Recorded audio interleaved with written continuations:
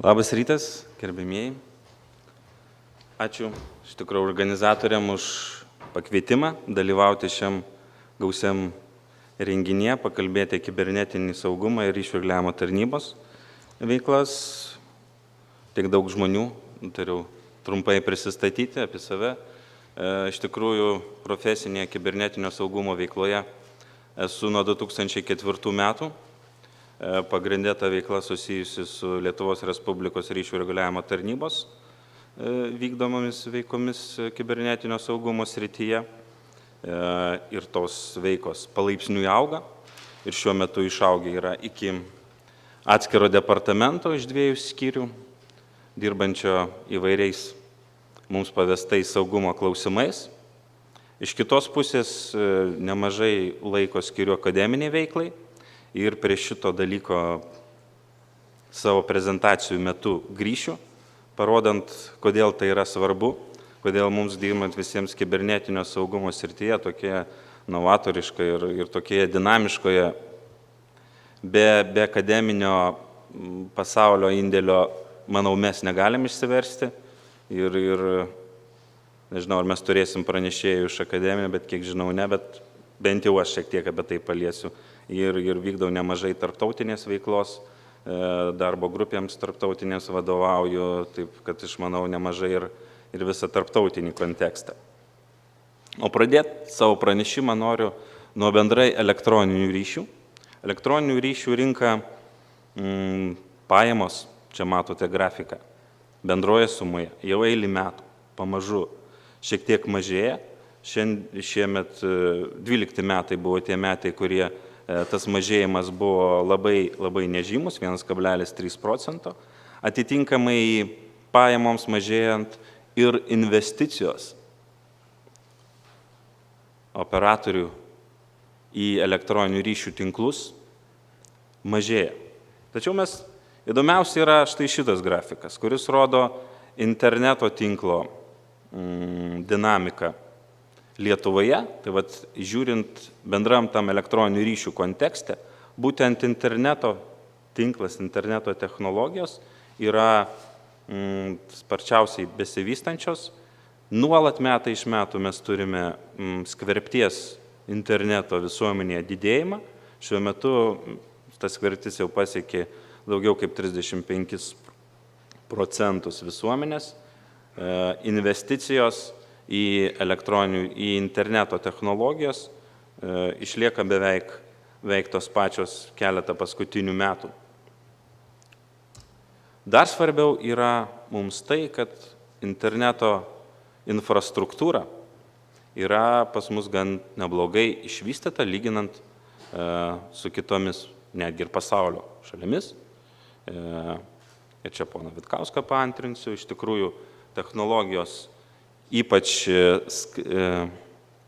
optinio ryšio perdavimo technologijos, užtikrinančios plačiajuostį ryšį, yra vos negeriausiai išvystytos visoje Europoje. Čia tam mes turime matyti tam tikrus istorinius faktorius, kai vėliniai tinklai buvo keičiami, kadangi nesugebėjo aptarnauti ir užtikrinti technologijų plačiajuosčio ryšio perdavimo, didelės spartos. Operatoriai gan savalaikiai iš anksto sugebėjo perinkti savo technologijas, investuojant į optinės FTTH ir B technologijas. Šiuo metu mes turime labai gerą infrastruktūrą.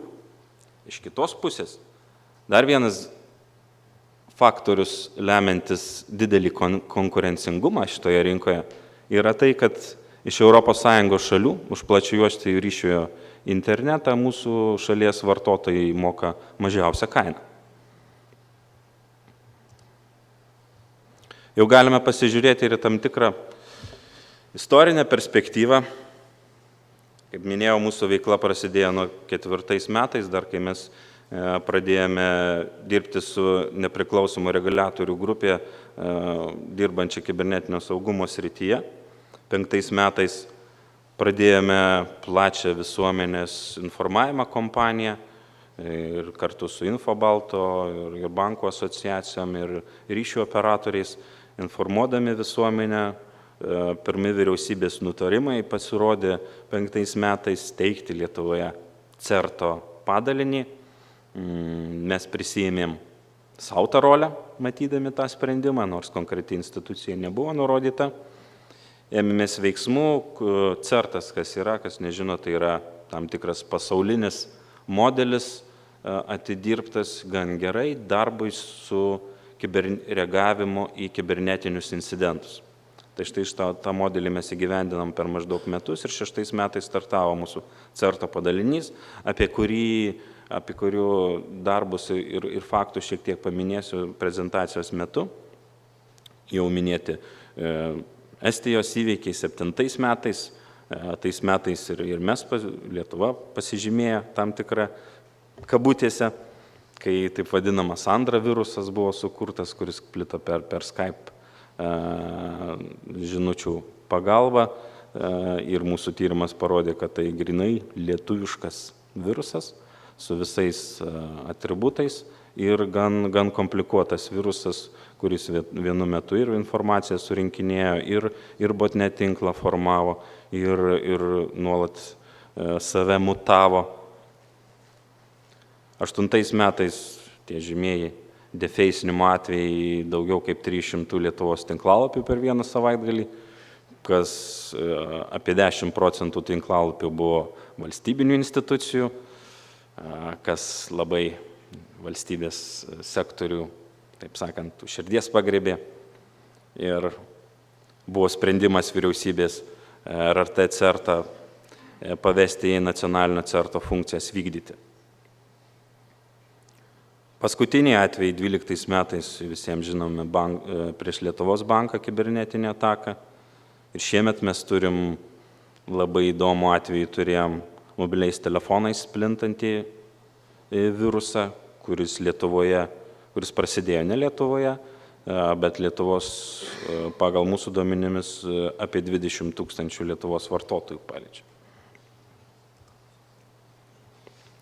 Patys incidentų kiekiai, čia yra statistika, matot, CERT.lt vykdoma incidentų tyrimais.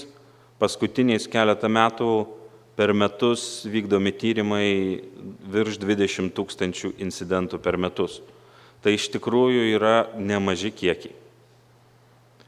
Nemaži kiekiai ir jie nuo 10 metų, kaip matot, išaugę yra keleriopai ir toliau prie to sugrįšiu vėliau. Tai susijęs su tam tikrom prevencinėm monitorinimo priemonėm, kurios buvo panaudotas ir tų incidentų kiekiai didesni aptikti. Ką reiškia 20 000? Tai reiškia daugiau kaip 100 incidentų per dieną, kuriuos tyria ryšių reguliavimo tarnyba. Jūs paklausit, kaip tai įmanoma. Iš tikrųjų, CERTO padalinį šiuo metu yra 4 žmonės. Didžiumą tų incidentų kiekių apdoroja automatizuotos sistemos. Vienintelis buvo kelias akumuliuoti tokį incidentų kiekį, buvo kurti automatizuotas priemonės. Programuotojai sėdėjo, programuoja ir iki šiol tas nuolat tobulinama ir vyksta, kad sugebėti apdoroti. Aišku, kritiniai incidentai, jie jau specialistų rankom apdorojami, bet didžioji masė automatiškai. Bet netgi ne tai yra svarbiausia. Šitoje skaidrėje būtent antras grafikas, kur matome incidentų tipų pasiskirstimą. Ir didžiausią nuogąstavimą mums kelia virusų. Jeigu mes 90 metais didžiuma, apie 90% incidentų tipo buvo kompiuteriniai virusai, tai šiuo metu jau daugiau kaip pusė, arba arti pusės, 43% incidentų tipų tyriamų yra informacinių sistemų užvaldymas. O jau jos pasekoje yra informacijos vagystės, virusų platinimas per web sistemas arba organizavimas tų sistemų jungimas į botnet tinklus ir spamo, DDoS ir kitų atakų organizavimas. Ir šitas procentas, šių incidentų kiekiai, metai iš metų, paskutinius 3 metus nuolat auga. Tai labai didelį susirūpinimą, sakyčiau, turėtų mums visiems kelti. Būtent informacinių sistemų pažeidžiamumai, kurie yra, ir jų yra nemažai. Ir matyt, Miroslavo organizuojamas konkursas, pažiūrėsim, parodys, koks jis paliko pažeidžiamumų savo sistemoje.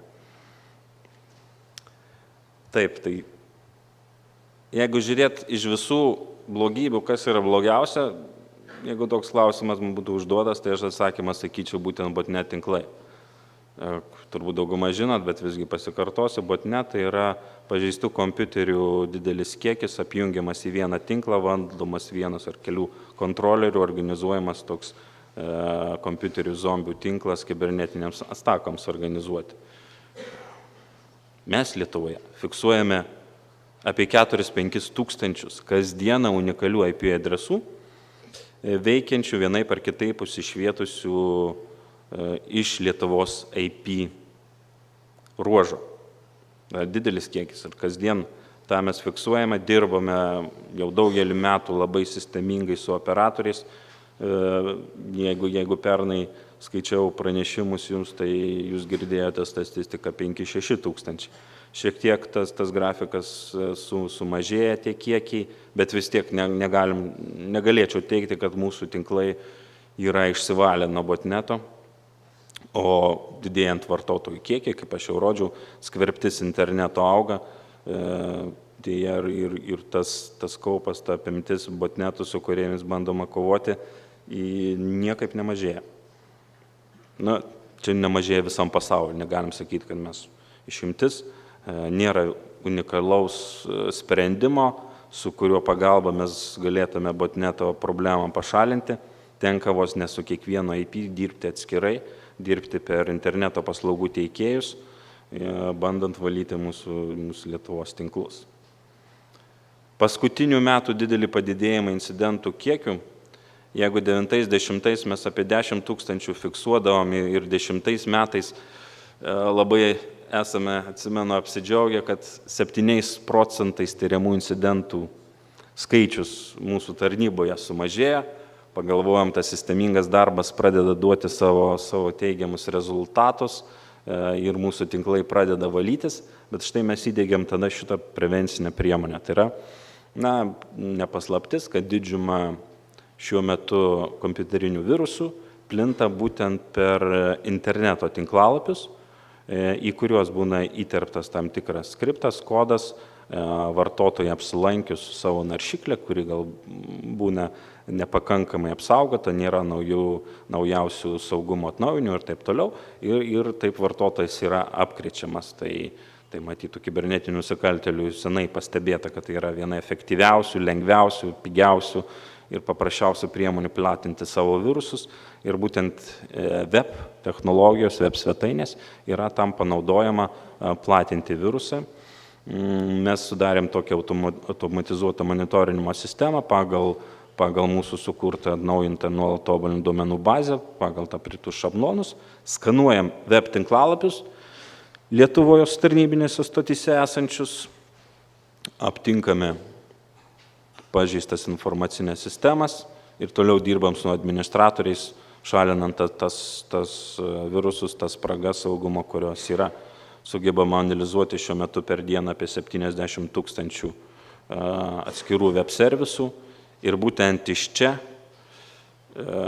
tas padidėjimas paskutiniais metais dvigubai daugiau incidentų kiekių fiksuojama. Tai čia visiems matyti susirūpinę ir informacinių sistemų valdytojams, ir jums žinutė dirbančiams su saugumo sprendimais, į kur savo dėmesį nukreipti. Čia tik tais trumpai paminėsiu, kad ne tik nacionalinio CERT funkcijas mes vykdom, mūsų departamentas, tinklų informacijos saugumo departamentas susijima įvairiom veiklom ir vartotojų švietimu, ir elektroninio pažaro priežiūra nacionalinės funkcijas, ir interneto turinio priežiūra labai komplikuota ir jau jautri tema. Bet toliau aš norėsiu pakalbėti apie dar kitą sritį, pačio interneto infrastruktūros patikimumo tyrimus. Mes turim tinklus, mes turim vartotojus, mes turim tą kibernetinio saugumo problematiką, apie kurie čia visi kalbam ir kalbėsim toliau. Bet reikėtų suvokti vieną dalyką, kad be pačio interneto tinklo nebus nei paslaugų, nei galbūt tų kibernetinių problemų. Ir štai nacionalinis interesas turėtų būti ir mūsų tarnybos veikla nukreipta irgi yra į interneto infrastruktūros patikimumo tyrimus, koks mūsų interneto tinklas visas nacionalinis, kaip jis atrodo, kokia pralaida ryšiai su užsieniu ir taip toliau, kur yra tie bottleneck, tie butelio kakliuko principo suveikti duomenų galbūt kritiniai mazgai toje infrastruktūroje. Čia gan komplikuotas, bet labai svarbus uždavinys. Ir todėl apie jį šiek tiek keliais tiesiog skaidriam pabandysiu iliustruoti, kame čia darbas yra. Visų pirma, tą nacionalinio interneto infrastruktūros patikimumą nustatyti mes ėmėmės palaipsniui, sprendžiant 3 uždavinius. Visų pirma, reikia Lietuvoje identifikuoti tą interneto topologiją, kuri egzistuoja. Iki šiol radom, kad to darbo niekas nebuvo padarę, mums kaip ryšius reguliuojančiai tarnybai, tai tiesioginė funkcija, mes to darbo ėmės. Tai pirmas uždavinys. Dabar identifikavus tą kritinę tą topologiją, joje vienai par kitaip turi būti kritinės vietos. Kaip jas identifikuoti? Vėlgi reikia išrasti metodologiją, ją panaudoti ir tas vietas identifikuoti. Identifikavus kritinius elementus mūsų nacionalinėje infrastruktūroje, jie turėtų būti monitorinami ir jų saugumas padidinto lygio turėtų būti. Tai tokia sistema, kad gerai prisimintų, 2010 metais mes pradėjom tos tyrimus, identifikavom topologiją ir štai jūs ją matot, šitą voratinklį. Iš tikrųjų komplikuota. Čia yra autonominės sistemos ir interneto paslaugų teikėjai raudoni taškiukai, geltoni yra mūsų tarptautinės jungtys su užsienio autonominiam sistemam, juodai yra transit tipo sujungimai, žaliai peering tipo sujungimai, kam įdomu. Tai vat paveikslas gan komplikuotas, iš tikrųjų voratinklis, jame identifikuoti, kur yra tos kritinės vietos, nelabai įmanoma. Praktikos pasaulinės radome, kad praktiškai nėra. Teko patiems galvoti metodiką, kaip su šita voratinkliu dirbti. Tam tikrą metodikas išdirbom, sukūrėm duomenų bazės visos tos sistemos, kas leidžia mums įvairiais pjūviais pažiūrėti į infrastruktūrą, paimti vieną operatorių, žiūrėti jo sujungimus, paimti tik tais tarptautinės jungtis, įvertinti bendrą pralaidą, kaip jinai didėja ir taip mažėja ir taip toliau, kokie yra dominuojantis, jeigu yra operatoriai tarptinkliniam sujungimas, kur yra interneto exchange pointai, taip vadinamas interneto komunikacijos mazgai, ir taip toliau. Bet ir to buvo negana, mums supratome, kad metodologiją sukurti patiems. Ir va tai čia ir grįžtu prie akademinio indėlio. Tokį uždavinį gyvendinti vieniems specialistams, nepasitelkiant į išorės ir netgi, kadangi tai unikalus reikalaujantys sprendimai praktikos pasaulyje nėra, reikia mokslo, kad jis išdirbtų technologijas, metodikas ir pasakytų, kaip yra teisingai tos kritinės vietas identifikuoti. Ta mes padarėm galimybių studiją su kompanija BAIP ir KTU ekspertais, jie dirbo, išdirbo metodiką ir dabar jau mes dirbam su kritiniais interneto elementais. Jeigu paklausit, kas tai yra IP adresai, IP adresų ruožai, domenų vardai, tinklų maršrutizavimas, BGP lentelės, autonominės sistemos. Tai čia yra esminiai interneto elementai, nuo kurių patikimumo ir veiklos priklauso internetas. Tuos elementus mes susijėjom su kritiniais sektoriais. Juos identifikuojam šiuo metu 7. Tas pats informacijos ryšių technologijos, energetika, finansai, viešasis sektorius, gėlo vandens ir maisto tiekimo sistemos. Nors šis klausimas, ar jos pakankamai informacinės sistemos joje veikia, gal ne, bet ateityje tai tikrai panašiai bus. Sveikatos priežiūros ir transporto. Šios sektorius, jų informacinės sistemas internete surišę su minėtais kritiniais elementais, mes turim dar labiau komplikuotą duomenų bazę, bet išsamesnę paveikslą apie kritinius elementus ir labai nesigilinsiu dėl laiko stokos į pačias technologijas, bet jau mums leidžia dabar žiūrėti į kritinius, grinai kritinius interneto infrastruktūros elementus, iš to voratinklio, kur prieš tai rodžiau, pamatyti tas kritinės vietas. Galim dabar paimti bankinį sektorių, vien jo URL sistemą, surišti su maršrutizacija ir IP adresacija, išrišti per kokius operatorius išeina, kokiom jungtim naudojasi ir kiek jų iš viso yra. Tokius paveikslus piešdami mes jau galim identifikuoti mūsų kritinius elementus, nuo kurių priklauso visa elektroninės paslaugos ir tas pats kibernetinis saugumas.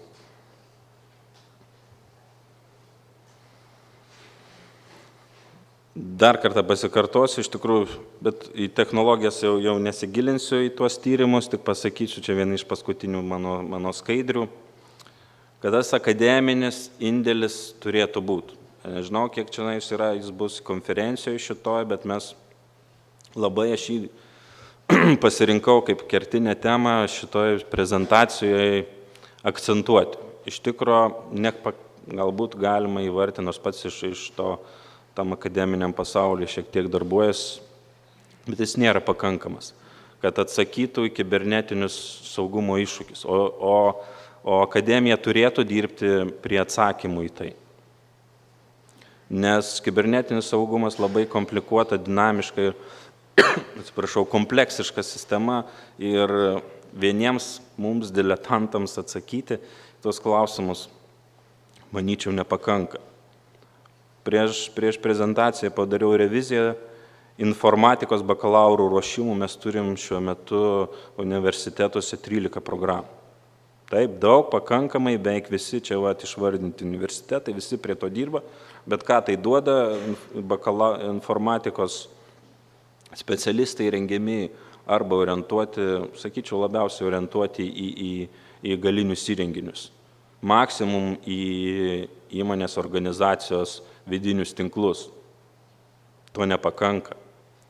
Informacijos saugumo magistrų rengimų mes turim šiuo metu, kiek žinau, 2 programas ir jau gerai, jau yra nemaža pažanga, kiek žinau, KTU pradėjo 1 ir pernai, man atrodo, ar šiemet buvo pirmoji laida, kurie magistrantūros baigė ir parengti kibernetinio saugumo specialistai. Aš manau, jie rinkoje pas jūs įmonėse turėtų būti labai laukiami dalykai, laukiami specialistai, nes tai jau universitetinio lygio pirmą kartą paruošti specialistai, ne savamoksliai. Aišku, mes turim daug programų, mokymo sistemų, kurios gali praeiti, įgyti sertifikatų specialistai ir jau būti specialistai, bet aš nevadinu jų, nedrįšiu vadinti specialistai, manau, tie specialistai yra tikrieji, kurie gauna akademinį išsilavinimą. Bet dar įdomiau, pačio, kaip sakau, tie informatikos specialistai yra orientuoti pagal programas į galinius įrenginius. Pačio interneto technologijų, pačio globalaus interneto, jo funkcionavimo, iš kur pačios kibernetinės grėsmės ir kyla, to tokio bendro supratimo. Iš studentų nematau ir iš mūsų akademinių universitetų rengimo programų aš to nematau, dovanokit, bet to nėra. Praktiškai interneto komunikacijos, interneto inžinerijos programų turim 0. Ir štai šiemet buvau gan maloniai nustebintas, kai toks nedidelis universitetas, Kazimiero Simonavičiaus universitetas, kreipėsi su intencijom paruošti būtent tokius specialistus. Kas, sakyčiau, buvo labai ir yra labai gera iniciatyva ir labai reikalinga. Ir pats prie tos iniciatyvos prisijungiau ir programa yra bakalauro, interneto inžinierių bakalauro rengimo programa parengta, pateikta SKVC centrui aprobuoti ir yra nemaža tikimybė, kad štai jau šį rudenį bus startuojama su tokia programa. Kviečiau verslo sektorių tai atkreipti dėmesį daugam, ypač interneto tinklų operatoriams, tai turėtų būti labai laukiami specialistai.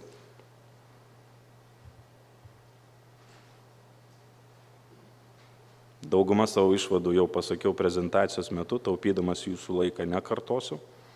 Ačiū uždėmesį, būsiu pasiruošęs ar dabar, jeigu būtų klausimai organizatoriai, jeigu leistų klausti, arba tiesiog būsiu konferencijos metu, galite prieiti, klausti.